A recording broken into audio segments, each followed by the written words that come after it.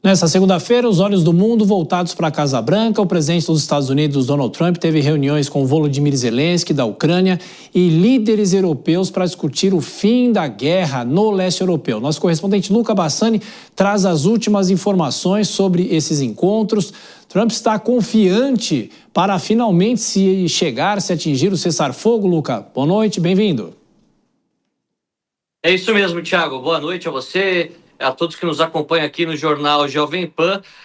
Depois de muita espera, aconteceu um encontro até que amigável entre Donald Trump e Volodymyr Zelensky, se nós fizermos um retrospecto não muito distante, quando em fevereiro o presidente ucraniano teve aquele bate-boca no mesmo salão oval, onde hoje foi bem recebido.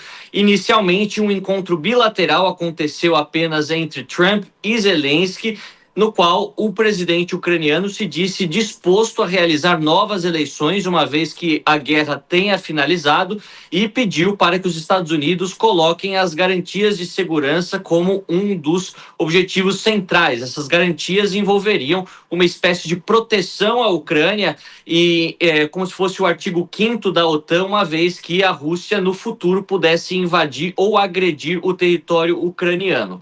Após esse encontro entre os dois, os líderes europeus chegaram e também houve um encontro com a imprensa antes da reunião a portas fechadas. Foram 7 líderes europeus: o primeiro-ministro do Reino Unido, Keir Starmer, o chanceler alemão Merz, o presidente francês Macron, a primeira-ministra Meloni, a presidente da Comissão Europeia, Ursula von der Leyen, o secretário-geral da OTAN, Mark Rutte, assim como o presidente finlandês, que sabemos a Finlândia faz uma fronteira extensa com a Rússia, Alexander Stubb.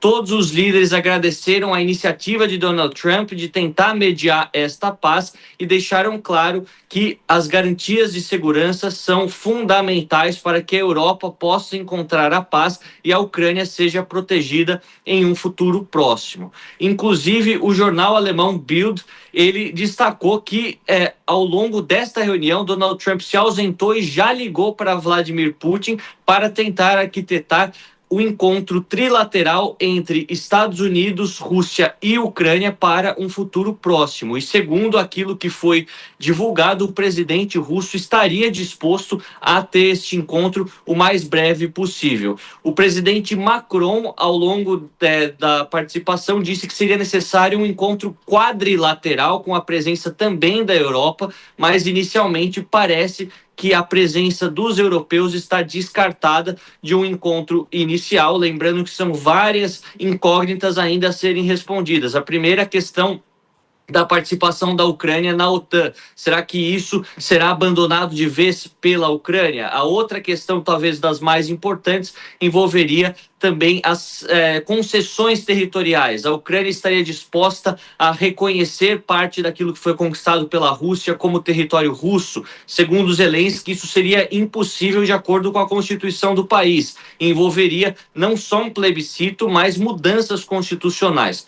Exatamente por isso que nós ficaremos de olho nos próximos capítulos e ficaremos também de olho em onde esta reunião entre os 3 líderes acontecerá, que provavelmente será o passo definitivo para um desfecho para a guerra da Ucrânia. Pois é, Luca, olhando uma perspectiva histórica, muitas vezes o governo americano fez mediações em Camp David, por exemplo. Não sei se pode ser uma saída, se seria nos Estados Unidos ou não, se pode ser na própria Rússia, não se sabe, mas existe uma ideia de que talvez esse encontro possa ocorrer nessa semana?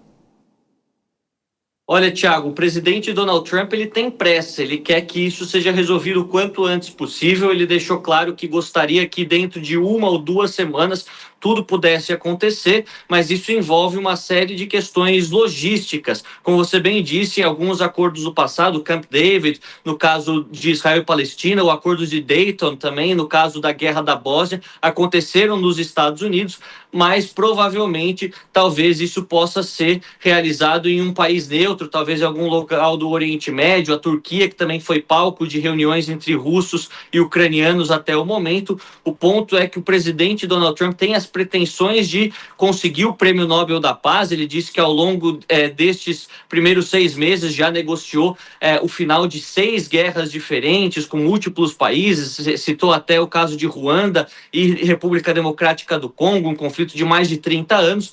E as suas pretensões pessoais às vezes esbarram com a realidade da dificuldade de se deslocar essas lideranças que precisam de um forte esquema de segurança e de mais tempo para poder resolver questões tão minuciosas como é a concessão territorial, como é o redesenho de mapas históricos e a troca, inclusive, de populações. Não estamos falando apenas de um território desenhado novamente, mas de famílias que eventualmente vão deixar a Ucrânia e passar a viver na Rússia ou vice-versa. Então, muitos acreditam que será possível sim esse acordo, já que as 3 partes acabaram concordando para que isso aconteça, mas as questões logísticas mais específicas ainda precisam ser respondidas. Donald Trump quer sim ser o arquiteto da finalização deste conflito, ele que inclusive hoje culpou o Joe Biden em múltiplas ocasiões pelo fracasso da guerra da Ucrânia até este momento, ele utilizando também tudo aquilo que acontece como uma forma de falar ao seu público interno dentro dos Estados Unidos. Luca, que nenhum desses líderes europeus fala em cessar fogo, né? Ou seja, ainda é muito no começo. Inclusive, chega aqui a informação que o Kremlin confirmou que o presidente Vladimir Putin recebeu uma ligação de Donald Trump e agora é saber para quando que vai ser marcado esse encontro. De qualquer forma, eu queria te perguntar, não só essa questão do cessar-fogo, mas também existe uma possibilidade do governo americano apoiar ou pelo menos ajudar a Ucrânia, você já destacou isso, em relação à segurança do território, mas também ele fez algumas reivindicações sobre armamentos, sobre drones. De qualquer forma, é saber como tudo isso vai se dar na prática, não é, Luca? Exato, Tiago. Inclusive, a questão do cessar-fogo foi uma questão de divergência entre as lideranças. O chanceler Merz disse que seria fundamental, antes de encaminhar qualquer processo de paz duradouro, que um cessar-fogo já fosse vigente desde agora para salvar o maior número de vidas e a estrutura ucraniana que continua a ser afetada pelos bombardeios russos. Ao mesmo tempo, Trump disse que isso não é necessariamente uma condição sine qua non para o fim da guerra. Ele falou que já negociou outros conflitos para o seu fim definitivo sem um cessar-fogo. É uma questão de divergência, mas que os Estados Unidos estariam dispostos a continuar ajudando a Ucrânia até que tudo isso se resolva. Uma notícia positiva para os ucranianos, mas que evidentemente no futuro próximo provavelmente terão que ceder territórios mesmo contra a vontade do povo ucraniano e contra a vontade de Volodymyr Zelensky.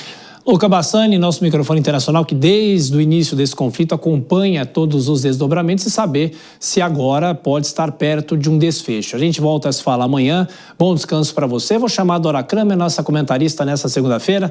Tudo bem, Dora? Boa noite para você, bem-vinda. Claro que, como eu falei aqui mais cedo, né, os olhos do mundo voltados para a Casa Branca, muita gente até falando sobre a vestimenta do presidente da Ucrânia. Foi elogiado, inclusive, por Donald Trump, mas, de qualquer forma, falando sério, existe uma expectativa agora de uma reunião entre os 3. E só assim é possível acabar com uma guerra, não é, Dora? Bom trabalho. Boa noite, Tiago. Boa noite a todos. Tiago, não sei se nem assim é possível acabar com a guerra, porque o cenário, é claro que toda a configuração dessas conversações, elas colocam no cenário assim uma esperança. Por quê? Quando a gente lembra, até o Luca trouxe para nós aí, aquele encontro de fevereiro no Salão Oval, em que o Zelensky foi humilhado, ali a gente via que não teria nenhuma possibilidade, a menos que a Ucrânia se rendesse, né? Mas agora, com aquilo que aconteceu na sexta-feira, encontro no Alasca, o Putin e o Trump.